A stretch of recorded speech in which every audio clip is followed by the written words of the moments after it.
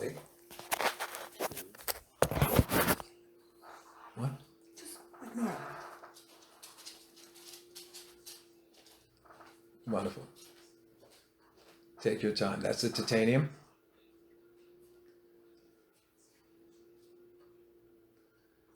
Excellent. Now, as you're doing this, you get yourself ready. Um, the idea here is how do we mix the same monochrome colors that we get from pencils, which are the basis of drawing. Basis of drawing being the basis of perspective, portraits, landscape, you name it, right? How do we get that now translated into paint? And that was the conundrum that I had in not being able to show what the oils would do, but what the acrylic needed to do. So even among colleagues and others, this was helpful. So you'll see that. So you know the idea of primaries, right? You probably, the red, the blue, and the yellow mixed together, right? To make, oh yeah, that's right. Well, blue and yellow make green. We'll have a color wheel next time. Right? And yeah, red and yellow make orange, and right, and so on. And the blue and crimson or red make purples and scarlets, depending on the amount that you have. And the idea here is really we want to get the same dark tone that you did, the black that you did from that 4B. So that you would have that range, but now going on with an acrylic paint. So you have to mix the primaries, make it black, but the primaries of contemporary colors are too intense. So I had to develop the classical palette of the old masters to get to there. So instead of, because you may mix the primaries with a cadmium red, a cadmium yellow, and a blue of some sort, and you end up with more purplish. You don't end up with the thing to begin that, although you begin with a modern palette, which is kind of interesting for impressionist stuff. But in our case now, just for this lesson, let's bring out in equal amounts with your brush. You have your paper towels, you can wipe it off as you go. A little bit of the ultramarine.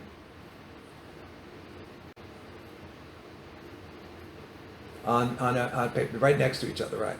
And show me what you've done there. You can put it on, no, put it on the paper, just a little smidge, right?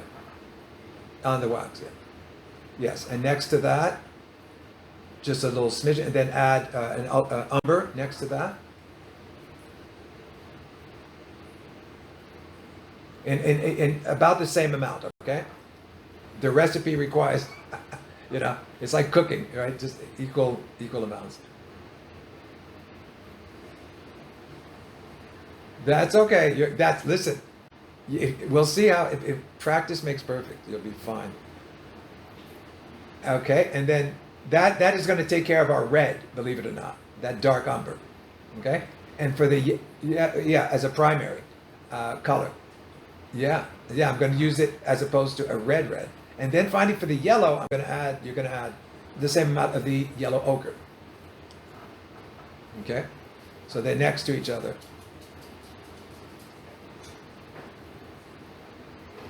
Yes, the yellow ochre. And keep that pad open to where we did the experiment with the 4B, just so you get a sense of what we're going to be doing. And the numbers there, okay? And now you have your titanium, okay? And down the side, away from the colors, get a good dollop, a good amount of the titanium on the side, because you're going to be going to it. And as I show you, once you mix the colors to black, you'll be able to derive that spectrum of tones, so to speak. And once you get that going, we can go into spectrums of color, but that's for another day. On the side, so that you can have it ready for yourself, because it gets muddy, so you can't be scared of the mud, by the way. Okay. All right. Let me see what you've got. Just show it to me.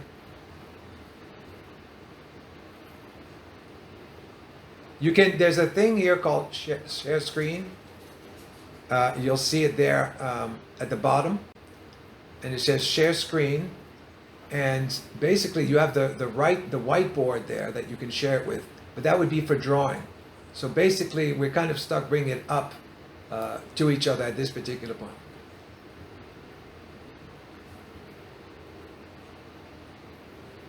What? What's that?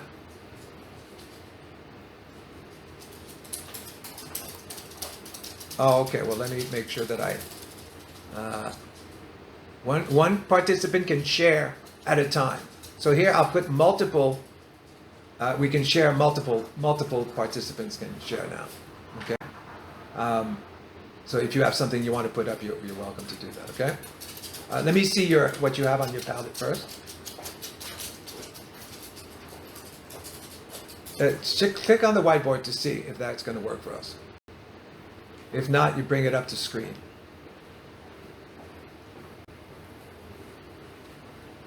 Okay, can you put your... That would be more for drawing, and that we'll get into later. You understand what I'm saying? Okay, so that's going to be... That we'll have for... So you can unshare now. You can take that off. Let's get back to the regular.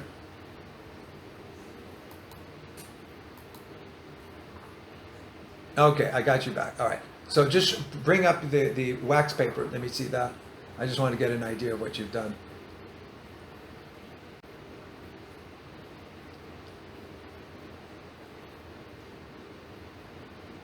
Okay, you can leave.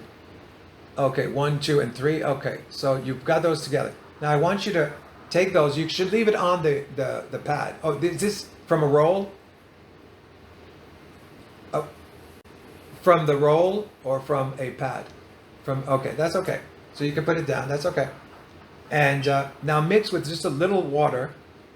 Okay, the three primaries, the three colors there, and you'll see them and observe how they mix.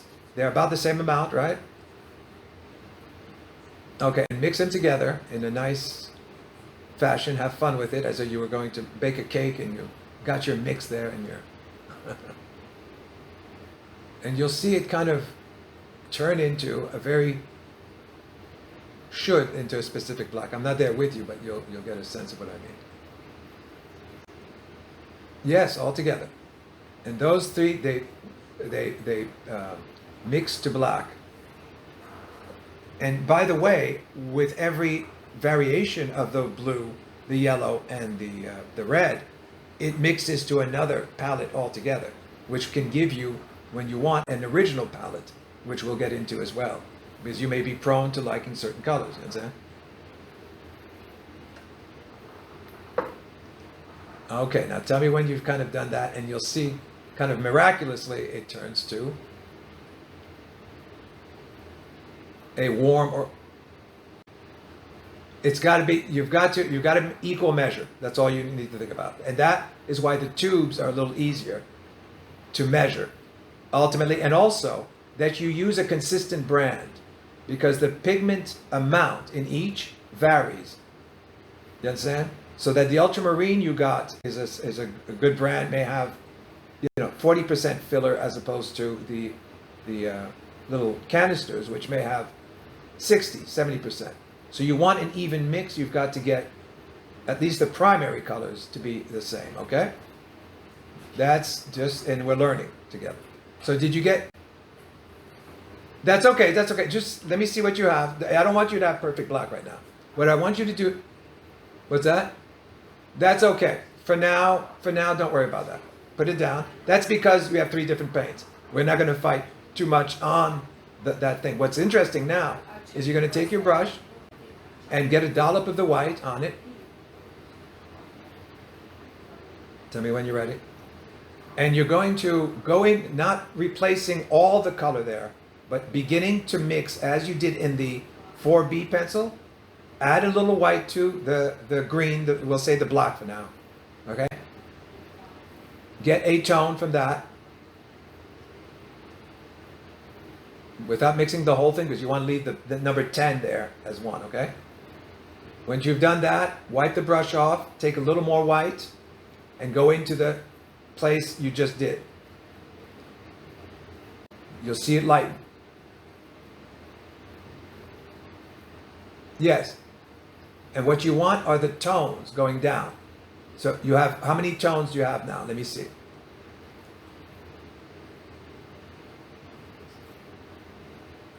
Okay. Oh, you're doing wonderfully. Now, do you see that tone? That's okay. You're going to get better at it. You remember the 10? Right. Add now some more white to that gray and keep going down. You're doing wonderfully. The idea, right, right, until you get to 0. So in this case, what you showed was that the tone itself seemed to be not very brown, meaning it didn't have that consistency. But what you want to be able to practice is getting from that mix with those colors so that you have the 7, 8 shades going down. You get it? Well, first, you should get a pad of it, okay? Get a pad of it, and if it's falling apart, well, it's just, if it's tearing apart, then it's not thick enough. So you want that. And if worse comes to worse, you can use one of your watercolor papers to practice this, because you'll have a permanent record, which I think is going to be worthwhile. So take this one as just the first shot. Next time, go on your mixed media pad and do the experiment, so that way you'll have a record on the pad itself. But I just wanted, you need that for the mixing in general. Okay.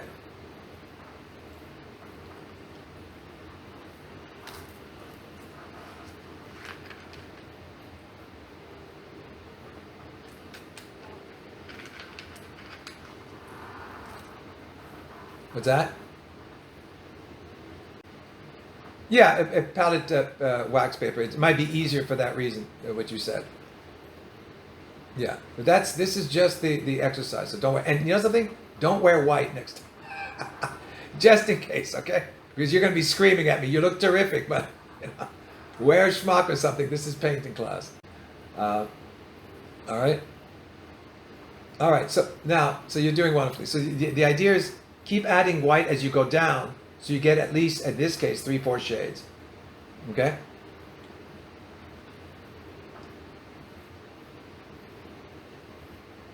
To white. Okay, so you've only got 3. You've got to practice in order to make 10 shades. That'll be kind of your homework. First, you're going to mix the paints correctly at the beginning to get the black. From this, it teaches you, and variations. The mistakes aren't mistakes. They're telling you, I have to adjust. I need more ultramarine. I need less. I need that. Because the proper mix in equal measure, and of course this depends on a consistent paint, will get you to black.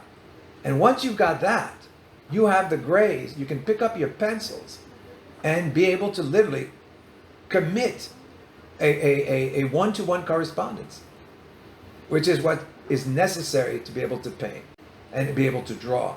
And that's the magic of the lesson that I developed for that reason. And it takes a while. But the idea, but the fun part is you can now pick up, now take a blank piece of paper there from your watercolor thing, and just using those three tones, have fun. And starting out with the black, for example, draw what you think is a circle or a circle on this and that. Think of an apple. And just have fun and on it draw a...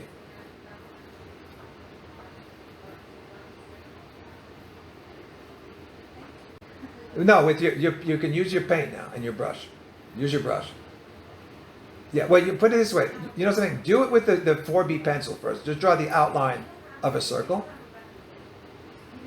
This is just so that it's mixed media piece and you get a sense of it. Draw a funny loop. Doodle yourself a nice, something that looks like an apple.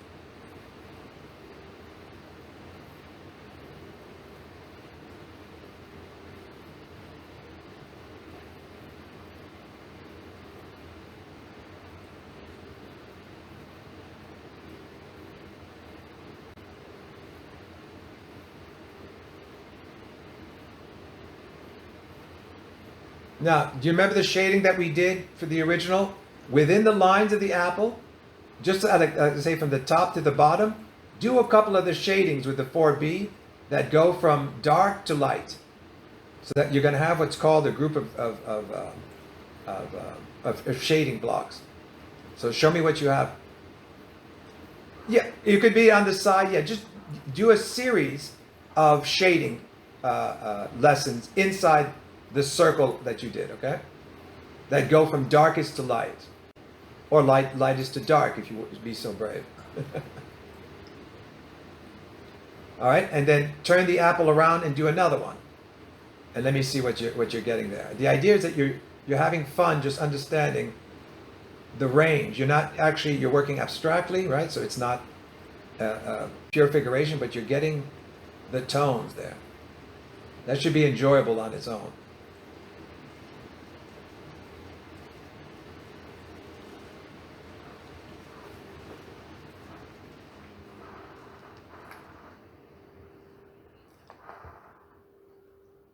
Yes, well, that's nice, and you don't need to. You don't need to shade the apple. Just do it anywhere inside. I don't want you to be tied to the form.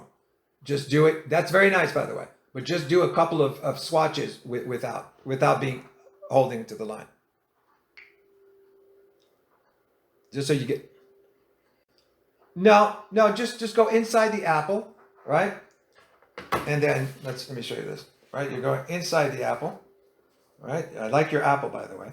And you're going to go like this, and you're going to go like this, and you're going to have kind of shading on the apple that's just abstract that goes in and around. Just so you get loose, within the apple.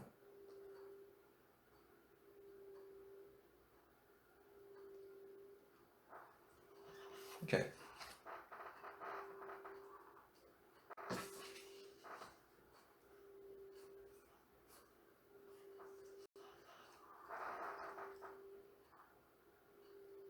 And for the fun of it, just for this apple, draw a line behind the apple like this. See, just two little lines and two little lines that come out at you. So it'll give you the idea of a first perspective that it's actually sitting on a table. So if you can see that, hold on, sorry, there you go. And we'll study that perspective in the next lesson. It'll be kind of fun for you to see how the eye actually works. Yeah, there you go. Beautiful. Beautiful. Very nice. Very nice. And that's just to give you an idea. And then underneath the apple, you can add a dark shade coming from one direction, probably towards your left, underneath it, the 4B, and just have it come out as though it was a shadow. And you'll get a sense right underneath there. Let me show you.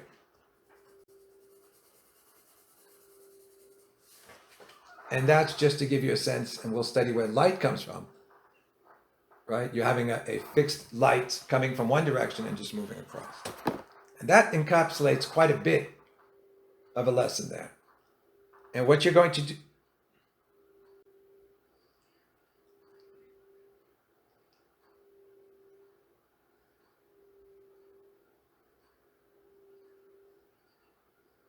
Oh, very good. No, very good. There's a way to learn it. There's a lesson. They're all beautiful. So that gives you a sense. Now that's your drawing. Take that page off and save all these pages. Don't lose anything. Now we're going to do the same thing, but with the brush. And you've only got 3 tones, you said, but we're going to work with what you have. You'll see why you would want more. And this will be your first attempt at painting with this thing. So keep that as an example, the drawing next to it so you can look at it. And save that paper, we'll use it. Okay, so you have that next to you. Now take the brush, dip it in water, and very thinly get some of the brown, the black that you mixed from the 3 colors, right? And a little smaller, but kind of what you did, draw an outline with just free a circle. It doesn't have to be perfect, of an apple. So that you feel that brush and the paper and how much pigment you need to make a nice round circle.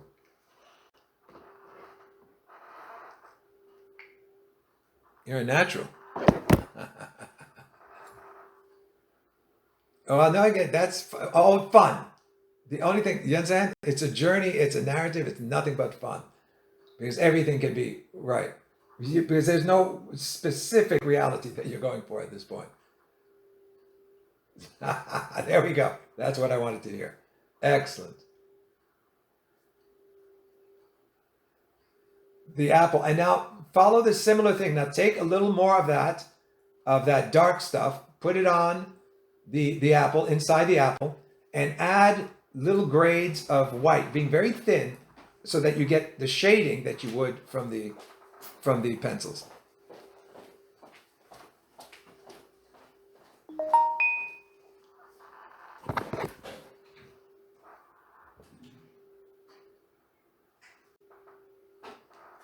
Yes, just like just like you did on the wax paper, you were trying to get several shades. You said you got three, right?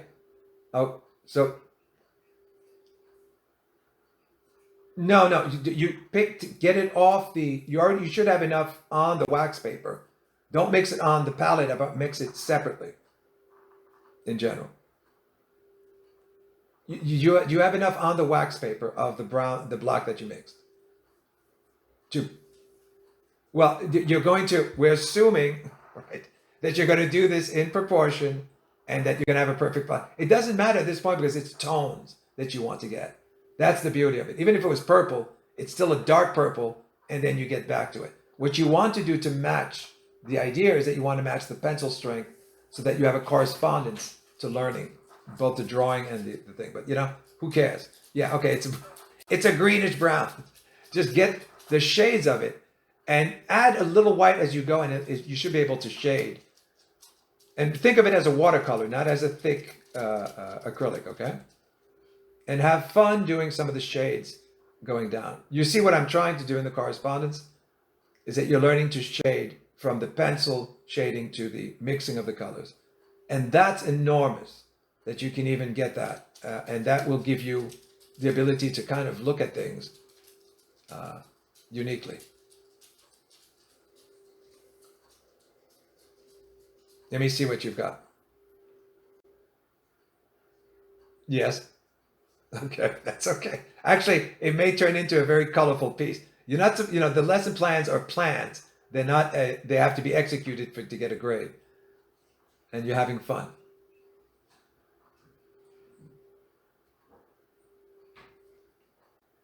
Well, you can get it if you understand the pencils always as a reference.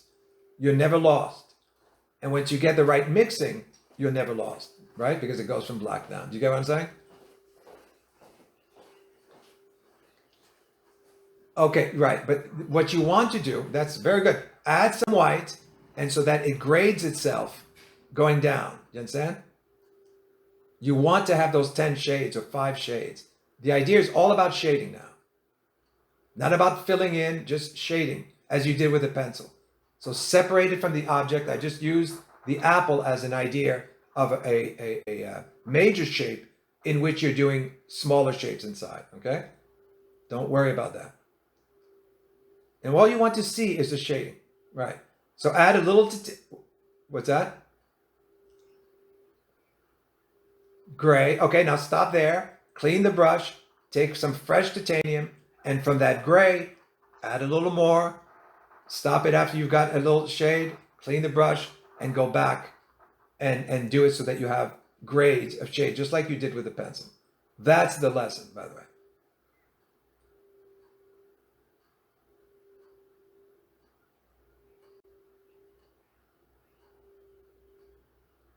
You're trying to get brown and white at this particular point, trying to get shades of it, tones of it.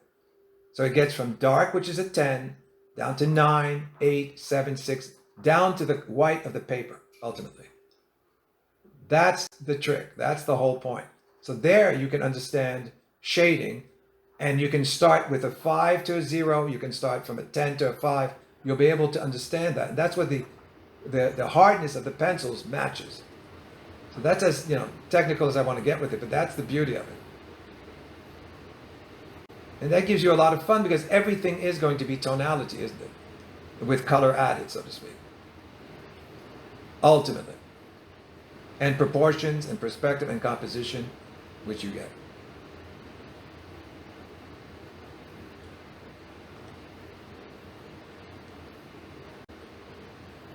So that's fun.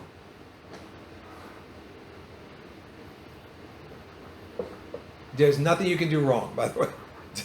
There's nothing you can do wrong. It's just amazing. Let me see. There you go. There you go. Right, exactly. You're getting there, but you see you have 3 there. And did you use black for that? You mixed it. Wow, congratulations. Terrific. So what you want to do really is, right? That's fantastic. By mixing the ultramarine, the umber, and that's excellent. That means that you can mix. It takes people sometimes 1,000 years to know how to mix a perfect black, because there's such a range of color. Here you have something that anchors you immediately to your pencils, from which you can sketch, or charcoal pencils, you know.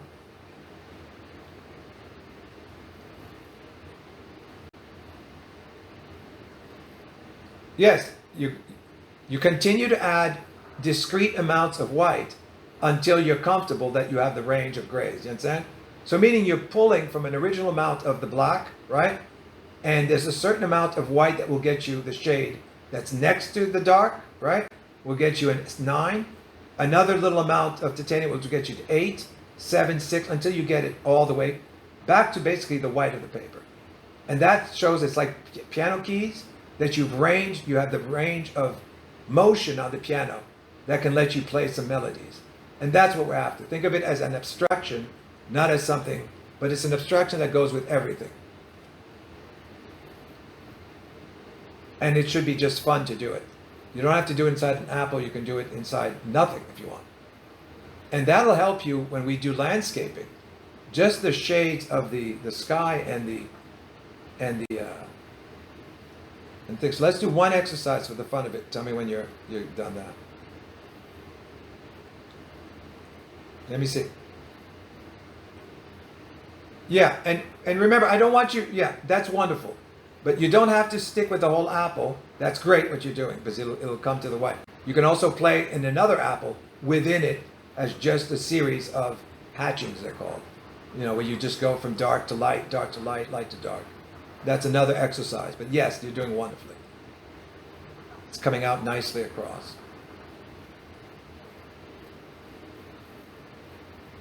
No, I mean that's it. I mean that's you're going to practice on your own and stuff. It gets you a sense of that. I just want you to have fun with doing that type of kind of watercolor work, isn't it? With tones. You can also practice with colors. If you want to start out with just the ultramarine blue on the watercolor paper, go do 10 shades. That's a very valid experiment. You can do it with the red. Again, by adding water, you continue to filter it down and you get those shades. Okay?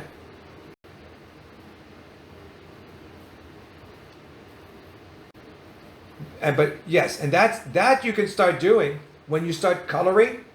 You can go there, and then when it dries, literally paint your colors in the different shades that you have. And that's another marvelous thing from that. Get what I'm saying?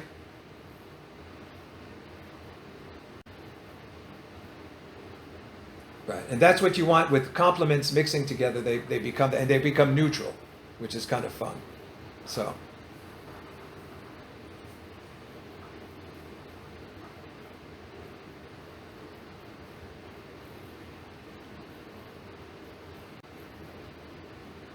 And you're getting comfortable with the brush, the water, the surface, and shape. And you don't have to have a specific shape. You can do a hell of a lot.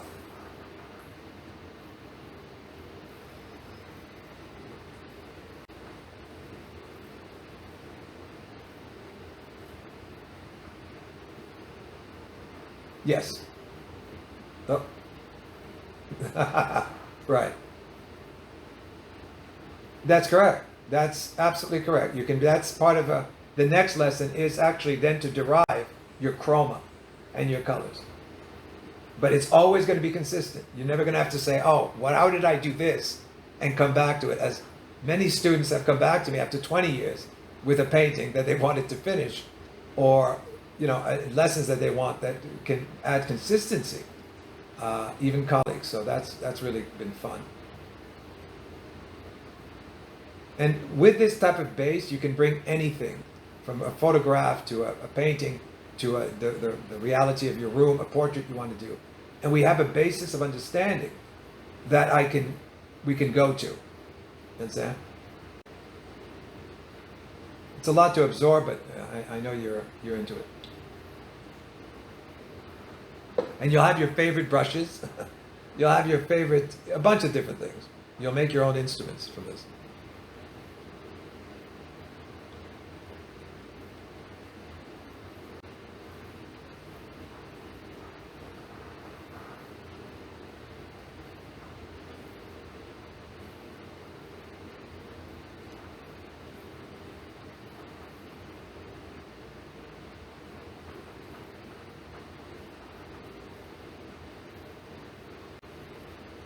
Yeah, yeah.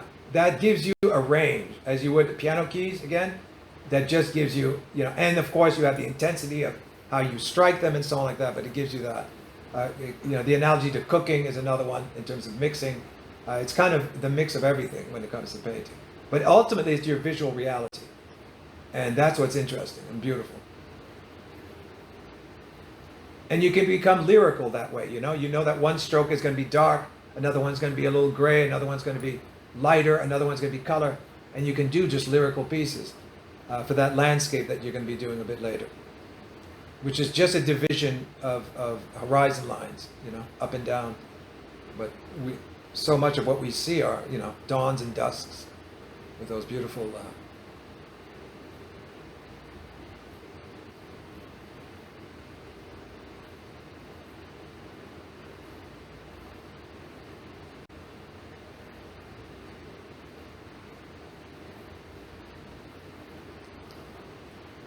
I wanted you have something at least. The idea is that you want the consistency of the type, whether it's a student grade or the golden master grade. You use a lot less of the better grade first of all, and it mixes exactly the way it's supposed to. Otherwise, it's always an imperfect sport. And I was criticizing a school that I was teaching at for their youth, because because you're teaching younger folk doesn't mean that you give inferior materials. They'll never get it right, you know, these big globs of paint and stuff like that. So I had to change the lesson plans altogether, which made me popular among the kids and maybe not so popular among my colleagues.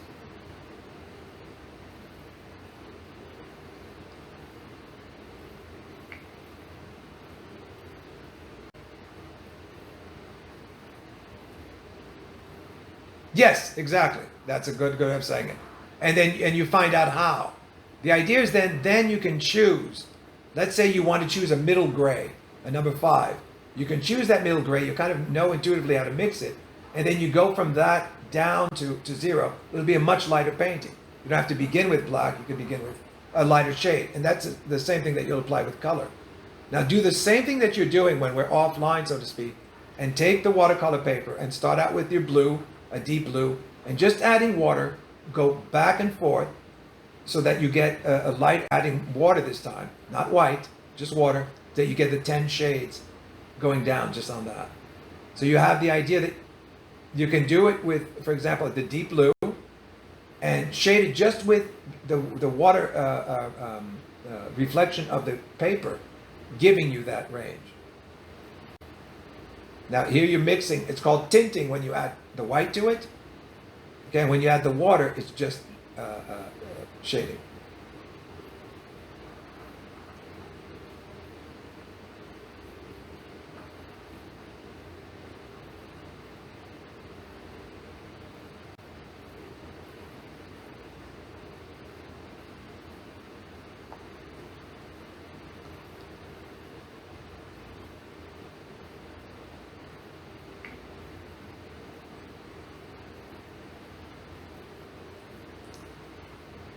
Uh,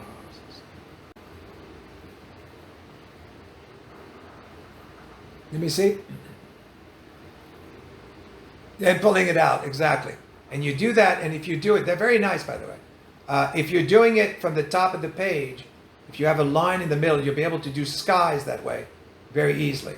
You'll get a sense of it. So now you've learned the tinting, which is adding the white, and then just using the water, which gives you the advantage, the watercolor advantage. And those are huge in terms of the diversity of yeah, and then begin, right, and begin having some fun. Right, right. And because you're not using much, you can have subtle colors, some purples, some pinks, some a variety of things which we'll go through. Right. And you're starting to get, but what you want, and that's good, is to try to get it consistent. So that it's, you can say 9, 10, like a different note. This is wonderful. It gives you a sense of it. And you're there. That's all you'd want in terms of practice.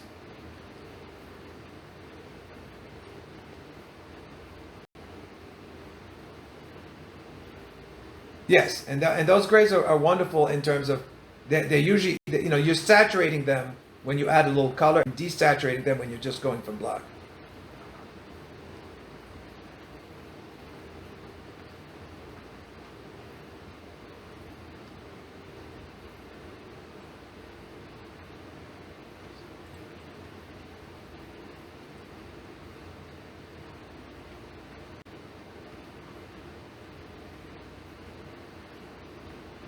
It is, but it has the tinting, which you cannot do with the watercolor. And that's where it comes in, and you can have relief and forms, and it becomes also a form that can be used on all surfaces.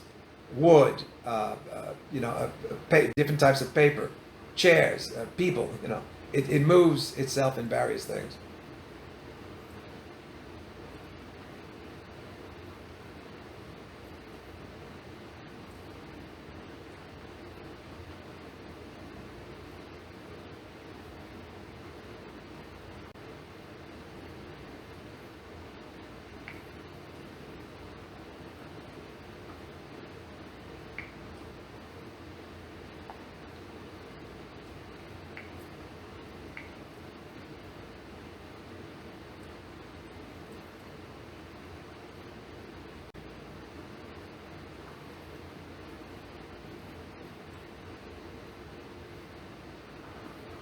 Well, that's for later, but yes, you can do what you want. You understand?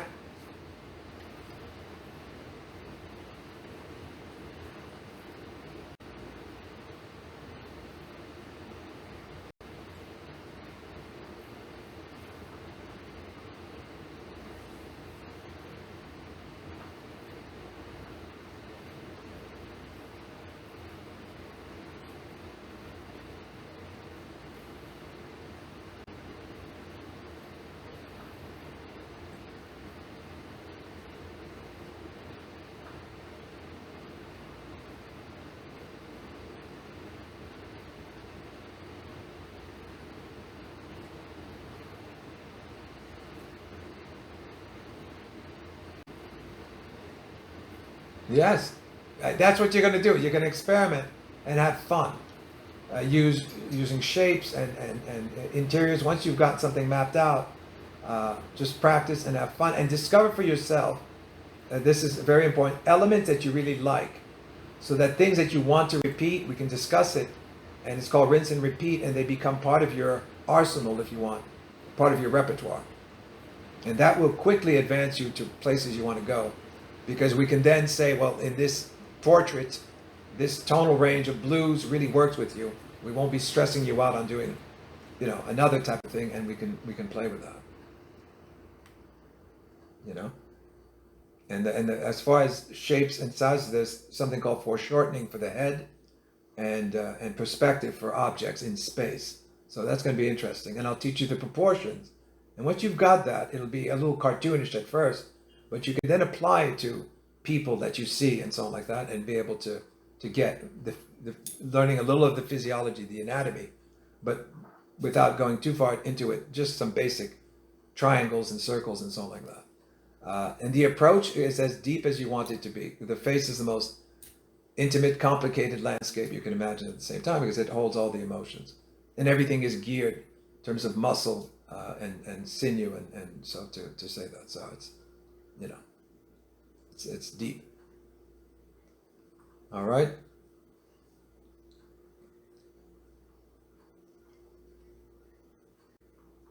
Yeah, well, give it a couple of weeks. I just want you to work on some project that we anchored you in some projects, and I think it'll be great. They're really some nice folk. We're about 4 people now, and yes, next week is Hanukkah, so it's not going to be there anyway. But maybe we'll get you up to speed so we can get you on the following. How's that?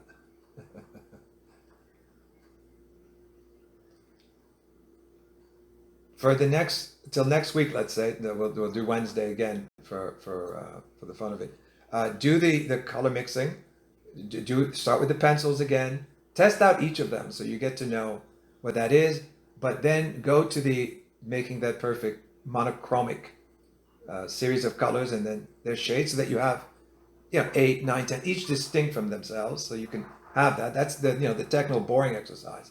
But then do it also in the watercolor sense. Take the colors that you have, and then adding a certain amount of water, getting to know your brushes. See if you can go from 10, 9, 8, 7, 6, just down the pages. And those exercises you should keep. It also teaches you how to stain the paper in various ways, and that can be beautiful. Yeah, going down, and you wave them down. You'll see with the water that you add, a certain type of finesse goes in. There's poetry in all of it, and try never repeating the line. If you're adding the white, go somewhere else, because otherwise you're muddying, so to speak, where you're going. But mud is your friend if you know how to handle and pull out of it, as you saw with the apple, some nice tones. And then it's a matter of knowing how to tint it properly, and the colors of the rainbow are available, and the shapes and so on are there, and then perspective and so on like that. And those are the bulk words of things that you need. And then it's a lot of practice.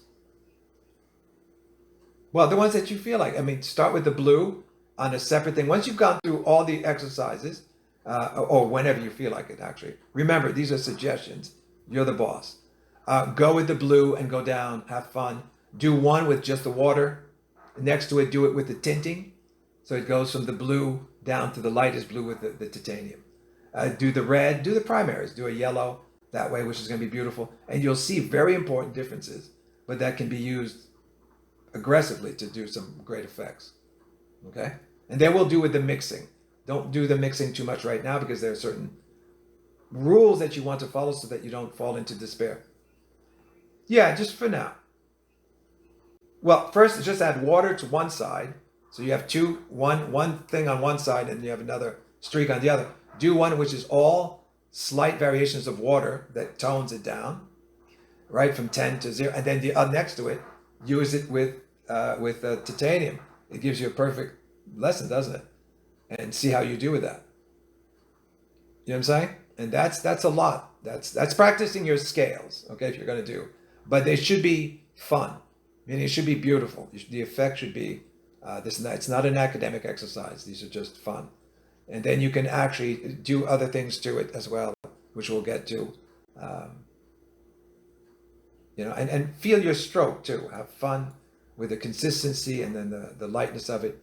Keep your brushes dry with the acrylic, because it goes into that, and they'll go to the sink and make sure that they're clean, because they'll stiffen up.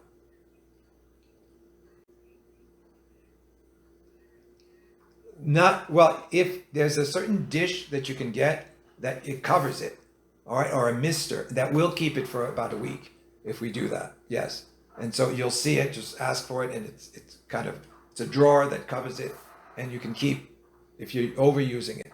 Generally, you're not going to be able to do that because you're not going to be using that much. But if you want to be frugal and careful, yes, to some degree you can. But it doesn't reanimate like watercolor. Acrylic changes itself into a plastic form. So, it dries out. You can't reanimate it like watercolor, just so you know.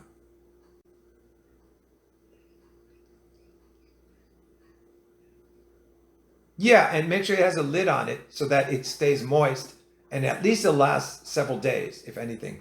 If you happen to squirt out a lot of white or this and that, it'll be hit and miss, but definitely students of mine have been using it, and to that effect, it really works. But you put the wax paper down, and then you spray it before you finish, and then it lasts because it's airtight for the week.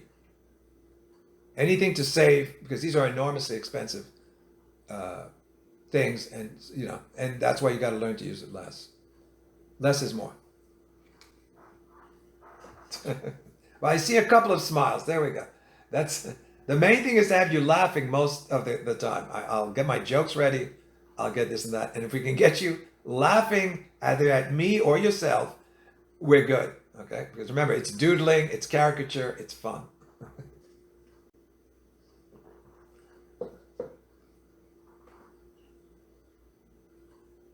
Yeah, as you like it, and but the humor is the fun part, really, because you've got to laugh at yourself. Because remember, you're taking on reality, and you know reality is a chore. So we want the fun part of reality to come out here.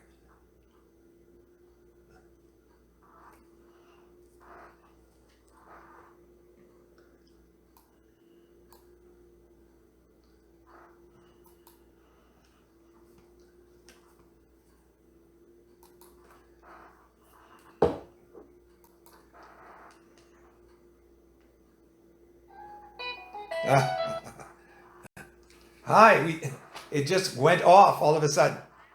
What's that? Yeah, it ended with the laughter. It just zoomed out. I was kind of surprised. Ah, there you go. Okay, good. I didn't think it was from me. Well, there you go. That's a perfect ending. So I hope you enjoyed that.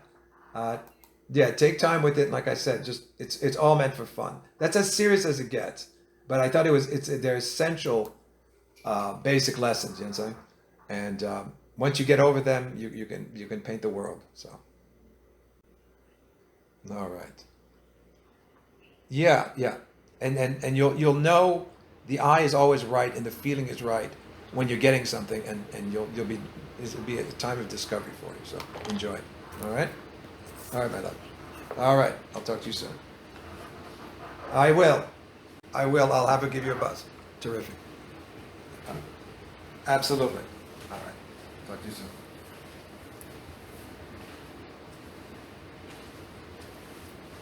Well, she asked about you. Okay, Rena. Oh, where were you?